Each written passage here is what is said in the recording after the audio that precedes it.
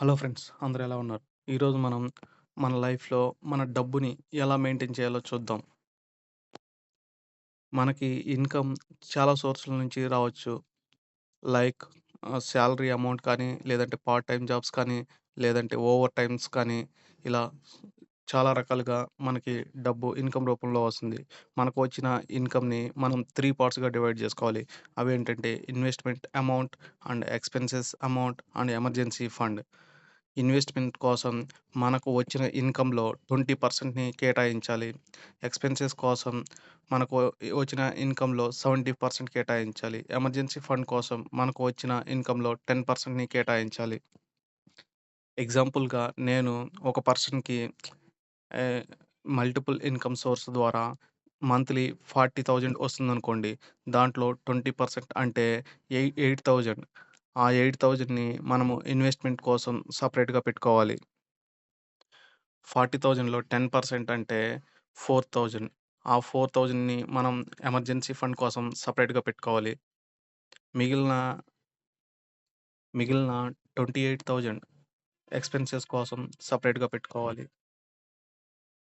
So, మనకొచ్చిన ఈ అమౌంట్‌ని ఇలా 3 భాగాలుగా డివైడ్ చేసుకొని investment, expenses, emergency fund creation కోసం పెట్టుకోవాలి. ఇన్వెస్ట్‌మెంట్ అంటే మనం ఎక్కడైనా సరే డబ్బుల్ని ఇన్వెస్ట్ చేయొచ్చు. ఫర్ ఎగ్జాంపుల్ బ్యాంక్‌లో ఫిక్స్డ్ డిపాజిట్‌గా గానీ, లేదంటే గవర్నమెంట్ స్కీమ్స్‌లో గానీ, అంటే పబ్లిక్ ప్రావిడెంట్ ఫండ్, ఆహ్, ఎన్‌పీఎస్ ఇలా ఏదైనా గవర్నమెంట్ స్కీమ్‌లో కానీ, లేదంటే పోస్ట్ ఆఫీస్‌లో రికరింగ్ డిపాజిట్ అంటే మంత్లీ మనం పోస్ట్ ఆఫీస్‌లో అమౌంట్‌ని డిపాజిట్ చేస్తే మనకి వడ్డీతో కలిపి వస్తుంది.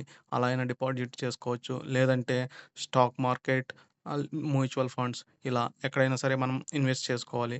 ఇలా ఇన్వెస్ట్ చేసుకునే అమౌంట్‌నే మనం ఇన్వెస్ట్‌మెంట్ అమౌంట్ అంటాం. నెక్స్ట్ ఎక్స్‌పెన్సెస్ అంటే మనం డైలీ మన ఖర్చులకి ఎగ్జాంపుల్‌గా ఇంటి రెంట్ కావచ్చు, కరెంట్ బిల్ కావచ్చు, ఏవైనా సరే బిల్స్, ఆహ్, గ్రోసరీస్ కావచ్చు, అన్నిటికి మనం అన్నిటికి మనం ఎక్స్‌పెన్సెస్ కోసం తీసిన 70% అమౌంట్ మాత్రం ఖర్చు పెట్టుకోవాలి. ఈ ఎక్స్‌పెన్సెస్‌లో 2 టైప్స్ ఉంటాయి. ఒకటి నీడ్స్, 2 వాంట్స్. నీడ్స్ అంటే మనకి ఖచ్చితంగా అవసరమైనవి. వాంట్స్ అంటే అవి ఉన్నా, లేకపోయినా పెద్ద మనకి ఫరక్ పడదు. అలాంటి వాటిని మనం వాంట్స్ అంటాము. ఫస్ట్ మనం మన నీడ్స్‌ని ఫుల్‌ఫిల్ చేసుకొని తర్వాత వాంట్స్‌కెళ్ళాలి. ఈ నీడ్స్ అండ్ వాంట్స్ అంటే ఏంటంటే ఫర్ ఎగ్జాంపుల్ ఆహ్, మంత్లీ మనం మొబైల్‌కి రీచార్జ్ చేసుకోవాలి. లేదంటే కరెంట్ బిల్ కట్టాలి. లేదంటే ఇంటి రెంట్ కట్టాలి. ఇవన్నీ నీడ్స్. ఇవి లేకపోతే మనకి లైఫ్ జరగదు. సో, వీటికి మనం ఫస్ట్ మన అమౌంట్‌ని ఖర్చు పెట్టుకోవాలి. నెక్స్ట్ వాంట్స్ అంటే ఎప్పుడైనా సరే ఫ్రెండ్స్‌తో కలిసి రెస్టారెంట్‌కెళ్ళడం, లేదంటే ఎక్కడైనా ట్రిప్స్‌కెళ్ళడం లాంటివి వాంట్స్ కిందకొస్తాయి. సో, వీటికి వీటికి మనం అమౌంట్ ఖర్చు పెట్టకపోయినా అంటే వెళ్ళకపోయినా పెద్ద ఫరకేం పడదు. కాబట్టి వీటికి సెకండ్ ప్రయారిటీ ఇవ్వాలి. లేదంటే మనం తీసిపెట్టిన అమౌంట్ మొత్తం అయిపోతుంది. సో, మళ్ళీ అప్పులు చేయడం ఇలాంటివి చేస్తాం. సో, ఇక్కడ మనం కొంచెం కేర్‌ఫుల్‌గా ఉండాలి. అవసరమైతే కొంచెం ఖర్చులు తగ్గించుకొని మనం ఇన్వెస్ట్ చేసుకోవచ్చు. Next emergency fund. Emergency fund అనేది ప్రతి ఒక్కరికి అవసరం. ఎందుకంటే మనకి ఏ టైంలో సిట్యుయేషన్ ఎలా ఉంటుందో చెప్పలేం. ఫర్ ఎగ్జాంపుల్ ఆహ్, లాస్ట్ టైం మనం కోవిడ్ సిట్యుయేషన్ చూసాం. అప్పుడు లాక్‌డౌన్ వలన చాలామందికి జాబ్స్ పోయాయి. సో, చేతిలో మనీ లేదు. అప్పుడు అందరూ వేరే వాళ్ళని మనీ అడగడానికి చూసారు. కానీ ఎవరి దగ్గర ఆ టైంలో మనీ లేవు. సో, మనం ఎమర్జెన్సీ ఫండ్ కోసం కొంత అమౌంట్‌నయితే క్రియేట్ చేసుకుంటే బెటర్. మనం ఎవరి దగ్గర చేయి చాచి అడగనవసరం లేదు. లేదంటే చాలా ఇబ్బందుల్లో పడతాం. అదీ కాక ఒకవేళ మనం అడిగినా కూడా అవతల పర్సన్ దాన్ని అవకాశంగా తీసుకునే ఛాన్స్ ఉంది. ఫర్ ఎగ్జాంపుల్ మనం ఎవరి దగ్గరైనా డబ్బులు తీసుకున్నామనుకోండి, నేచురల్‌గా అయితే బ్యాంక్ దగ్గర లోన్‌గా తీసుకుంటే అరౌండ్ ఆహ్ 10-12% వడ్డీ ఉంటుంది. అదే మనం వేరే పర్సన్ దగ్గర తీసుకున్నామనుకోండి, ఆహ్, మోర్ దెన్ 20% అలా ఉంటుంది వడ్డీ రేటు. సో, వాళ్ళు వడ్డీని అవకాశంగా తీసుకొని వడ్డీని పెంచే ఛాన్స్ ఉంటుంది. కాబట్టి మన దగ్గర ఎమర్జెన్సీ ఫండ్ ఉంటే ఇలాంటి సిట్యుయేషన్‌లో మనం పడకుండా ఉంటాము. సో, ఎమర్జెన్సీ ఫండ్ అనేది ఖచ్చితంగా క్రియేట్ చేసుకోండి. ఇన్వెస్ట్‌మెంట్‌లో మనకి 2 టైప్స్ ఉన్నాయి. అవేంటంటే గోల్ బేస్ 3 టైప్స్ ఉన్నాయి. అవేంటంటే గోల్ బేస్ మనం ఎప్పుడైనా సరే ఇన్వెస్ట్‌మెంట్‌ని గోల్ బేస్‌గా ఫిక్స్ చేసుకోవాలి. గోల్ బేస్‌గా మనకి 3 టైప్స్ ఆఫ్ ఇన్వెస్ట్‌మెంట్స్ ఉంటాయి. ఒకటి short term, 2 mid term, 3 long term. Short term అంటే ఫర్ ఎగ్జాంపుల్ 1-3 ఇయర్స్ లోపు నేను బైక్ కొనాలనుకున్నా, లేదంటే కార్ కొనాలనుకున్నా. దానికి మనకి దానికి మనము మంత్లీ ఇంత అమౌంట్ అని తీసి పెట్టుకుంటే, ఆ 3 ఇయర్స్ అయ్యేసరికి మన దగ్గర ఆ అమౌంట్ వస్తే, మనం డైరెక్ట్‌గా బైకు లేదా కారు కొనేయొచ్చు. ఇది షార్ట్ టర్మ్ గోల్. ఎందుకంటే దీని డ్యూరేషన్ తక్కువుంది. 1-3 ఇయర్ల లోపు. మిడ్ టర్మ్ గోల్ అంటే 3 ఇయర్స్ నుంచి 10 ఇయర్స్ మధ్య. అంటే ఫర్ ఎగ్జాంపుల్ ఆహ్, మనకి పిల్లలున్నారనుకోండి. పిల్లల ఎడ్యుకేషన్ కోసం, లేదంటే పిల్లల మ్యారేజ్ కోసం మనం ఎంతో కొంత అమౌంట్ తీయాలి కదా! సో, మనం వాళ్ళు చిన్నగా ఉన్నప్పుడే మనం మైండ్‌లో ఫిక్స్ అయ్యి ప్రతి మంత్ ఇంత ఇంత అని వాళ్ళ మ్యారేజ్‌కి కానీ, ఎడ్యుకేషన్‌కి కానీ తీసి పక్కన పెట్టుకుంటే మనకి ఆ టైంలో ఎలాంటి ఇబ్బందులు రావు. మనం ఆ అమౌంట్‌ని చక్కగా ఉపయోగించుకోవచ్చు. వాళ్ళ ఎడ్యుకేషన్‌కి కానీ, మ్యారేజ్‌కి కానీ ఇలా. Next long term goal. More than 10 years ఉన్న టైమ్ పీరియడ్‌ని మనం లాంగ్ టర్మ్ గోల్‌గా చెప్పుకోవచ్చు. ఫర్ ఎగ్జాంపుల్ మనము ఈ ప్రతి ఒక్క మనిషి ఖచ్చితంగా రిటైర్మెంట్ అవసరం. సో, రిటైర్ అయిన తర్వాత మనకి ఇన్‌కమ్ ఎక్కడి నుంచి రాదు. సో, మనం వర్క్ చేస్తున్నప్పుడే మనం రిటైర్మెంట్ అయినప్పుడు మన పరిస్థితి ఏంటని ఆలోచించి దానికోసం మనం ఆహ్, కొంత అమౌంట్‌ని తీసి పెట్టుకోవాలి. సో, దీన్నే మనం లాంగ్ టర్మ్ గోల్‌గా చెప్పుకోవచ్చు. మన ఇన్వెస్ట్‌మెంట్స్ ఎందుకు గోల్ బేస్ ఇన్వెస్ట్‌మెంట్ ఉండాలి అంటే, ఫర్ ఎగ్జాంపుల్ మనం ఇన్వెస్ట్‌మెంట్ స్టార్ట్ చేశాము. ఒక 1 ఇయర్, 2 ఇయర్స్ చేశాము. తర్వాత మనం ఎందుకు ఇన్వెస్ట్ చేస్తున్నామో మనకే తెలియకపోతే, మనం ఆ అమౌంట్‌ని వెంటనే తీసేసి వేరే అవసరాలకి యూజ్ చేసే ఛాన్స్ ఉంది. సో, గోల్ బేస్డ్ ఇన్వెస్ట్‌మెంట్స్ చేసుకుంటే, మనం ఖచ్చితంగా ఈ అమౌంట్‌ని దానికోసమే ఉపయోగించాలి. సో, వాటిని తీయకూడదు అనే ఆలోచన మన మైండ్‌లో ఉంటుంది. సో, అది మనకి హెల్ప్ అవుతుంది. మన ఇన్వెస్ట్‌మెంట్స్‌ని అనవసరంగా తీసి ఖర్చు పెట్టకుండా ఉండడానికి.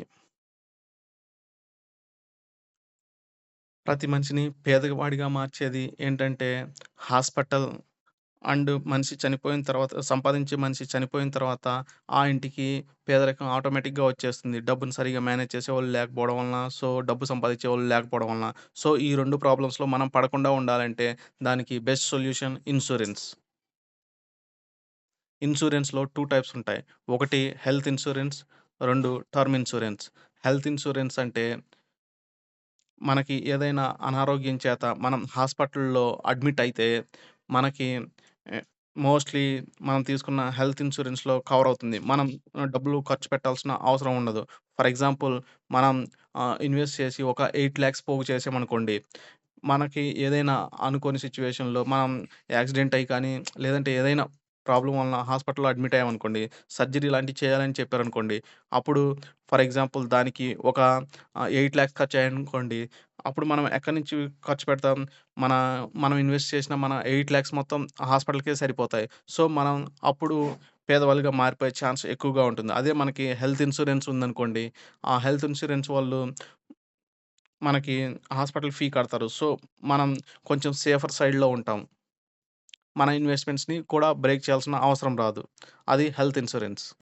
హెల్త్ ఇన్స్యూరెన్స్‌లో కూడా మంచివి సెలెక్ట్ చేసుకొని తీసుకోవాలి. ఎందుకంటే కొన్ని హెల్త్ ఇన్స్యూరెన్స్‌లు క్లెయిమ్ రేషియోలు తక్కువగా ఉంటాయి. క్లెయిమ్ రేషియో అంటే ఇప్పుడు 100 మంది పేషెంట్స్‌కి ఆ హెల్త్ ఇన్స్యూరెన్స్ ఉందనుకోండి. దాంట్లో ఎన్ని హెల్త్ ఇన్స్యూరెన్స్‌లు క్లెయిమ్ అయ్యాయి చెక్ చేసుకోండి. హెల్త్ ఇన్స్యూరెన్స్ తీసుకునే ముందు. ఆ health insurance more than 95% claim చేస్తుందనుకోండి. మనం దాన్ని కన్సిడర్ చేయొచ్చు. అట్ ఆహ్, బిలో 50% ఉందనుకోండి. అది క్లెయిమ్ రావచ్చు, రాకపోవచ్చు. సో, అది తీసుకొని కూడా మనం వేస్ట్. మన డబ్బులు వేస్ట్ అయిపోతాయి. సో, అందుకని క్లెయిమ్ సెటిల్మెంట్ రేషియో చూసుకొని హెల్త్ ఇన్స్యూరెన్స్ తీసుకోవాలి. Next term insurance. Term insurance అంటే మన ఇంట్లో సంపాదించే వ్యక్తి హఠాత్తుగా చనిపోయాడనుకోండి. దాని తర్వాత ఆ ఇంట్లో ఇన్‌కమ్ ఎలా? ఆ ఇంట్లో వాళ్ళు డిపెండ్ అయింది అతని మీదనే. సో, వాళ్ళకి సంపాదన ఆగిపోయిద్ది. సో, వాళ్ళు చాలా పూర్‌గా పూర్‌లోకి ఎళ్ళిపోతారు. ఎందుకంటే సంపాదన రావట్లేదు కాబట్టి. అదే మనకి టర్మ్ ఇన్స్యూరెన్స్ ఉందనుకోండి. సో, ఆ టర్మ్ ఇన్స్యూరెన్సు మనకి డబ్బులు ఇస్తుంది మనిషి చనిపోయిన తర్వాత. మేబీ ఈ టర్మ్ ఇన్స్యూరెన్సు రూ. 1,00,00,000 ఉండొచ్చు, 2,00,00,000 ఉండొచ్చు. సో, ఇవి మనం చనిపోయిన తర్వాత మన ఫ్యామిలీకి అండగా ఉంటాయి. ఈ ఇన్స్యూరెన్స్‌లు ఎంతో కాస్ట్ ఉంటాయనుకోకండి. మనకున్న హెల్త్ ఇన్స్యూరెన్స్ అయితే మనకున్న రోగాలను బట్టి మంత్లీ 600, 700 ఉండొచ్చు. టర్మ్ ఇన్స్యూరెన్స్ కూడా మేబీ మనం తీసుకునే కవర్‌ని బట్టి అది పెరుగుతూ ఉండొచ్చు. కవర్ ఎక్కువుంటే ఇన్స్యూరెన్స్ మంత్లీ కట్టాల్సిన ప్రీమియం కూడా ఎక్కువుంటుంది. కవర్ తక్కువుంటే ఇన్స్యూరెన్స్ కట్టాల్సిన ప్రీమియం కూడా తక్కువుంటుంది. నెక్స్ట్ మనం లోన్స్ గురించి మాట్లాడుకుందాం. లోన్స్ 2 టైప్స్ ఉంటాయి. Good loans, bad loans. Good loans అంటే మనం తీసుకున్న లోను వలన మనకి ఏదైనా మంచి జరిగితే దాన్ని గుడ్ లోన్ అంటాము. మనం తీసుకున్న లోన్ వలన మనకి ఎలాంటి మంచి జరగకపోతే దాన్ని బ్యాడ్ లోన్ అంటాము. ఫర్ ఎగ్జాంపుల్ గుడ్ లోన్ అంటే ఎడ్యుకేషనల్ లోన్. ఎడ్యుకేషనల్ లోన్ తీసుకున్నప్పుడు మనం చదువుకొని జాబ్ సంపాదించిన తర్వాత మనకి సాలరీ వస్తుంది. సో, అది గుడ్ లోన్. మనకి ఇన్‌కమ్‌ని క్రియేట్ చేసి పెడుతుంది కాబట్టి. Home loan. మనం హోమ్ లోన్ తీసుకొని ఇల్లు కట్టుకున్నామనుకోండి, ఆ ఇంట్లో మనం ఉంటే మనకి షెల్టర్‌నిస్తుంది. సో, మనకి అద్దెని మిగులుస్తుంది. సో, ఇది కూడా గుడ్ లోన్. లేదంటే మనం ఉండకపోతే ఎవరికైనా రెంట్‌కిస్తే మనకి మంత్లీ ఇన్‌కమ్‌ని క్రియేట్ చేసి పెడుతుంది. సో, ఇది గుడ్ లోన్. ఇంకా గుడ్ లోన్‌కొస్తే ఏదైనా మనం ల్యాండ్‌ని కొన్నామనుకోండి, ఆ ల్యాండ్ ఫ్యూచర్‌లో మంచి ప్లేస్‌లో ఉంటే ఫ్యూచర్‌లో ల్యాండ్ వాల్యూ పెరుగుతుంది. సో, ఫ్యూచర్‌లో పెరిగింది కాబట్టి ఇది కూడా మనకి గుడ్ లోన్ కిందకే వస్తుంది. Next business loan. మనం ఏదైనా సొంతంగా బిజినెస్ అనుకుంటున్నామనుకోండి. ఆహ్, అప్పుడు మనం లోన్ తీసుకున్నామనుకోండి, ఆ లోన్ వలన మనకి మంచే జరుగుతుంది. ఎందుకంటే బిజినెస్‌లో మంచి ప్రాఫిట్స్ వస్తే మనం సక్సెస్ అయితే మనకి ఇన్‌కమ్ క్రియేట్ అవుతుంది కాబట్టి. ఇది కూడా గుడ్ లోనే. ల్యాండ్ అనేది కొన్ని సార్లు బ్యాడ్ లోన్‌గా కూడా కన్వర్ట్ అవ్వచ్చు. ఎందుకంటే సరైన ప్లేస్‌లో తీసుకోకపోతే ఆ ల్యాండ్ వాల్యూ పెరగదు. ల్యాండ్ వాల్యూ పెరగకపోతే మనం తీసుకొని కూడా వేస్ట్ అయిపోతుంది. సో, ల్యాండ్ అనేది గుడ్ లోన్ కావచ్చు, బ్యాడ్ లోన్ కూడా కావచ్చు. ఇది బిజినెస్‌కి కూడా వర్తిస్తుంది. ఒకవేళ మనం బిజినెస్‌లో సక్సెస్ అయితే గుడ్ లోన్ కింద పరిగణించొచ్చు. ఒకవేళ ఫెయిల్యూర్ అయితే బ్యాడ్ లోన్ కింద వస్తుంది. ఎప్పుడైనా సరే మనం బిజినెస్‌లోకి దిగాలి అనుకుంటే, దాంట్లో ఉన్న అన్ని లోటుపాట్లు తెలుసుకొని దిగాలి. అప్పుడు మాత్రమే మనం బిజినెస్‌లో సక్సెస్ అయ్యే రేటు ఎక్కువగా ఉంటుంది. Bad loan. బ్యాడ్ లోన్ అంటే మనం ఒక మొబైల్ వాడుతూ ఉంటాము. ఆ మొబైలు పాతదయిపోయిందని లేదంటే అంతకంటే ఎక్కువ కాస్ట్ ఉన్న మొబైల్ నాకు కావాలని చెప్పేసి ఈఎంఐలు పెట్టి మొబైల్ కొంటూ ఉంటారు. దానివల్ల మనకి పెద్ద యూజ్ ఉండదు. ఓన్లీ ఆహ్, ఇతరులకి మనం రిచ్ పర్సన్ అని చూపించుకోవడానికి మాత్రమే మొబైల్స్ కొంటారు ఎక్కువ కాస్ట్ పెట్టి. అలాంటియి బ్యాడ్ లోన్‌గా పరిగణించబడతాయి. దానివలన మనకి ఆహ్, వడ్డీలు పడుతూ ఉంటాయి.